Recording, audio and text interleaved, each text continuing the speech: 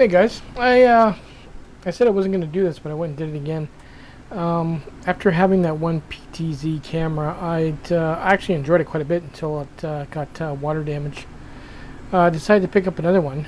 I ran into this one a couple of days ago. It was $49, which was super cheap, and it had half decent reviews. I mean, you know, no one complained because of the price, obviously. There's really not that much to it. HD video, two-way audio, what is that, 3D navigation, IR night vision, motion detection, smart alarm record, 360-degree rotation.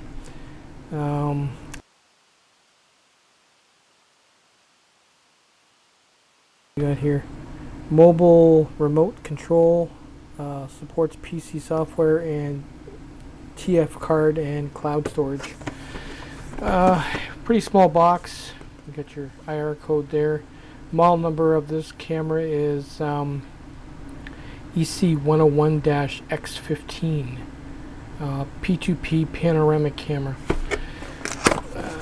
Contents inside, you get a booklet.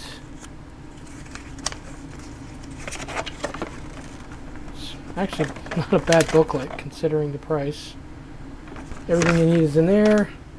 You get a card that's, if I can get it out, a thank you gift card, basically. Well, it's to get a 64 gig SD card. Oops, I'll claim that. You get this really weird power supply. Like, I don't know if they want to use this, if they want me to use this outside or not. It does look like it's sealed, but I wouldn't anyway. Yeah, no. Usually I put these indoors anyway, but it is made to go outside. And here is your camera. Now this one is way smaller than most that are on the market. Not that it's a bad thing. If it has decent picture quality, who cares what it looks like? The only thing I don't like is how my other one died. Is even with this one here, it came with a seal. It's made out of foam that will get water through it. There's your mounting hardware and your other mounting hardware.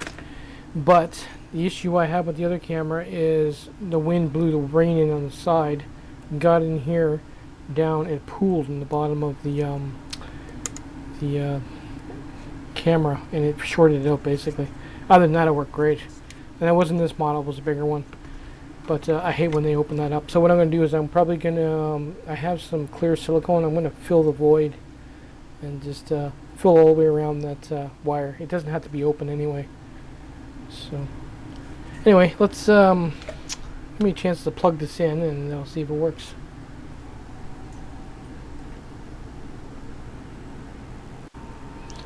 I'll have to look up the software. I'm not too sure what software it takes, but we'll get into that. Just plug it in and make sure it initializes.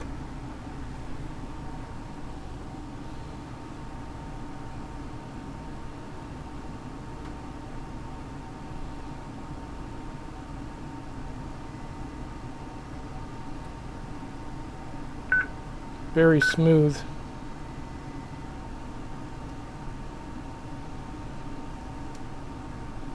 The only thing I didn't like with each actuation that it did there,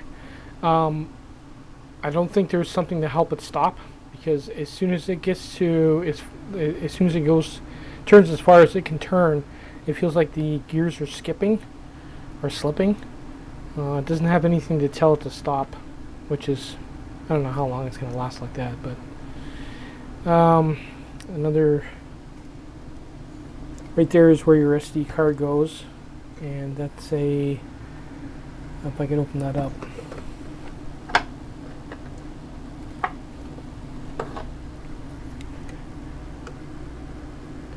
Nice big chunk of plastic.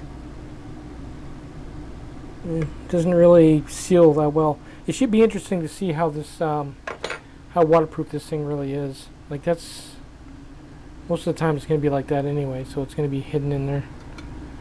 Cool. Let's get some software going on this thing and see what the picture quality is like.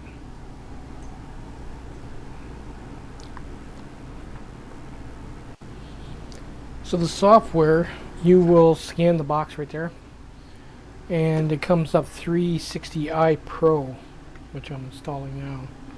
Just see if it works. Keep in mind though, there's two links when this comes up. The other one is some spam for some business app that I obviously don't need. Hey guys, so it's been about a day later. I've been messing around with this PTZ. Not a very good review for this guy, unfortunately. I think he sent me a dud.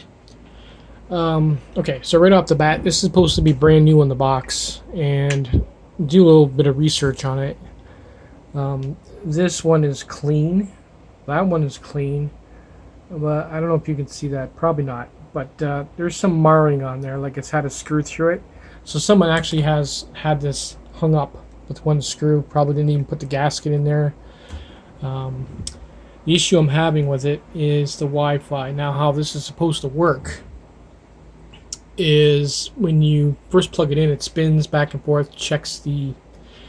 What it will do is beep to let you know that the Wi-Fi is enabled. Now, what the Wi-Fi does is it sends out a unique our SID or SID, which will be PDC 360 and then a bunch of unique numbers that you can either pick up on your cell phone, or if your computer's Wi-Fi, you can pick it up on there, and that's what your software on the phone links up to and then links into the router. This one's not sending any signal whatsoever, so that would explain why I've spent about half a night and a day trying to get this thing to work. I figured, okay, the Wi-Fi is not going to work. I'm going to try plugging it in with the LAN or the WAN. When you plug it in and reset everything, the light will come solid and then it'll flicker and go out, go solid, flicker, and then go out, which is a bad sign for Wi-Fi. On the phone, basically, your phone's already attached to the router. You pick the option to basically do direct connect and link the phone up to the router, and it won't find anything. So literally, the Wi-Fi is dead, and the LAN connection is dead. So this thing, basically, as it stands, is a chunk of plastic. I ended up trying a different power supply after all that. Just make sure that maybe the power supply he sent me was defective, and maybe it wasn't giving enough power. Maybe it was like 10 volts instead of 12.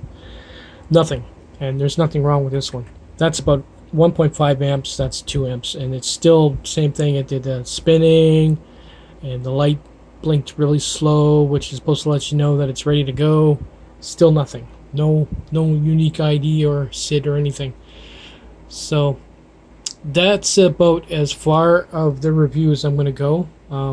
What I'll do is I'll attach these. I'm going to contact the seller and see if he'll send me another one, and I'll attach it to this video and let you know what the results are on the seller. So depending on how bad the seller is, there's the name of the unit there, so you don't get confused, because they seem to change them all the time. If I had to guess about this unit here, I would say someone picked it up on Amazon, put it outside like really sloppy without the gasket or anything. It got water inside of it, dripped down like I said, shorted out that chip for the Wi-Fi, which coincidentally my other one did. It was this different model though. It wasn't this one, it was a bigger one. And he sent it back to Amazon. He probably plugged it in, noticed it spun. He's like, yeah, it's fine. He didn't bother checking the Wi-Fi and then sent it out to me. Because if you in the beginning of the video, you saw the packaging was questionable. There was no cell phone bag or anything around it. It was just sitting in a box. So, I don't know. We'll see. So here's the scoop. How it works is this guy is what you would call a third-party seller. So Amazon can't really just say, oh, we'll just replace it with another one and send it out right away. They're going to make you box it. They're going to make you wait up to 7 days for a sticker to come in the mail. Then you're going to put the sticker on the box. Then you're going to wait another probably 5 or 6 days for that box to reach the seller. And once the seller opens it and then you get your refund. The only option you have is either back on your credit card or a gift certificate. So, I mean, I add this stuff to my reviews. That way, you know you're not gonna get ripped off by these sellers. Like I said, it was questionable from the start, the way the packaging was, and the fact that there was one screw hole that was marred. So obviously, it's been hung up at one time. So, anyway, once this guy gets enough bad reviews, I'm pretty sure he'll change the name, put an S or something on the end of that. Say, I don't. What does that say? GEREE, GREE, GEREE. I can't even pronounce it. Anyway, so that's the end of this review, guys. Take it easy.